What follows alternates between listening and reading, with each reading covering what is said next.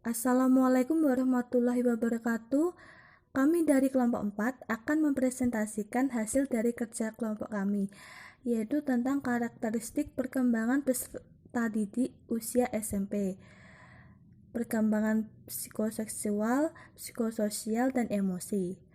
Kelompok kami beranggotakan Abdullah Syifaul Hulub, Carista Tiara Putri, dan Sekar Novaliana Jais.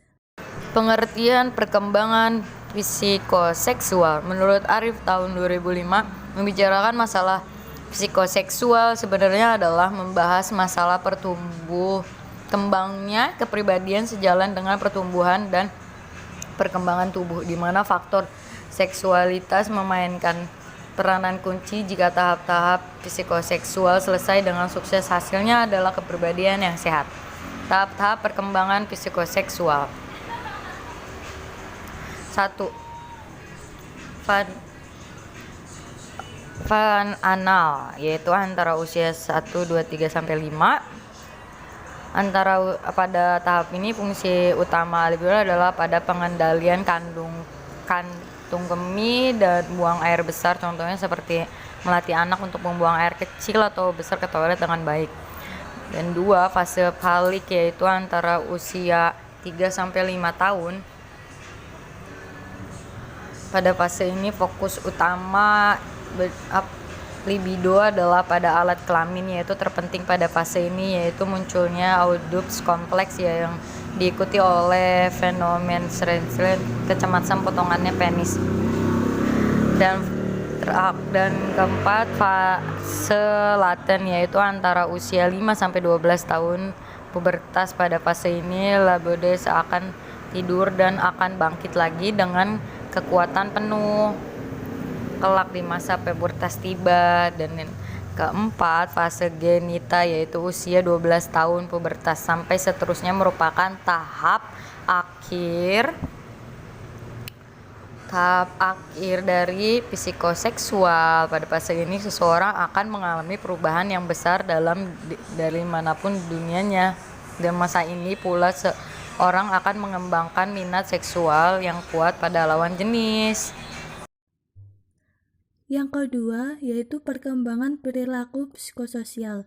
Psikologi sosial atau sosial psikologi adalah sebagai ilmu pengetahuan yang berusaha memahami asal-usul dan sebab-sebab terjadinya perilaku dan pemikiran individual dalam konteks situasi sosial.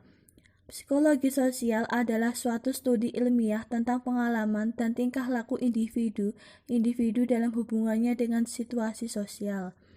Kemudian, ada beberapa perkembangan perilaku psikososial, di antaranya 1.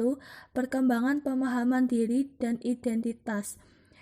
Proses pembentukan identitas diri merupakan proses yang panjang dan kompleks yang membutuhkan kontinuitas dari masa lalu, sekarang, dan masa yang akan datang dari kehidupan individu.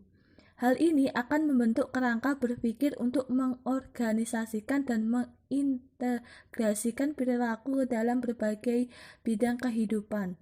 Yang kedua, ada perkembangan hubungan dengan orang tua. Keluarga mempunyai pengaruh yang cukup besar bagi perkembangan remaja, karena keluarga merupakan lingkungan sosial pertama yang meletakkan dasar-dasar kepribadian remaja. Selain orang tua, saudara kandung, dan posisi anak dalam keluarga juga berpengaruh bagi remaja. Pola asuh orang tua sangat besar pengaruhnya bagi remaja. Dinamika dan hubungan-hubungan antara anggota dalam keluarga juga memainkan peranan yang cukup penting bagi remaja. Seperti halnya pola asuh, hubungan-hubungan tersebut telah membentuk perilaku jauh sebelum usia remaja. Dan yang terakhir, perkembangan hubungan dengan teman sebaya. Masa remaja bisa disebut sebagai masa sosial, karena sepanjang masa remaja, hubungan sosial semakin tampak jelas dengan sangat dominan.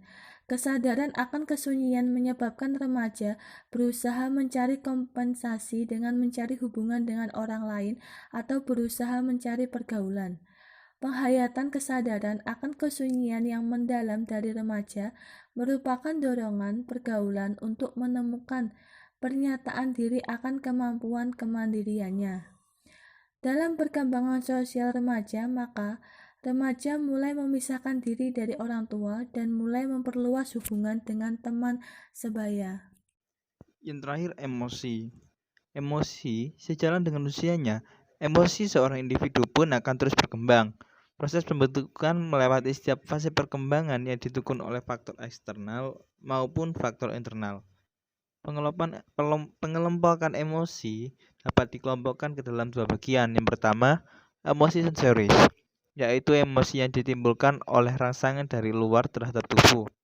Yang kedua, emosi psikis, yaitu emosi yang mempunyai alasan kejiwaan.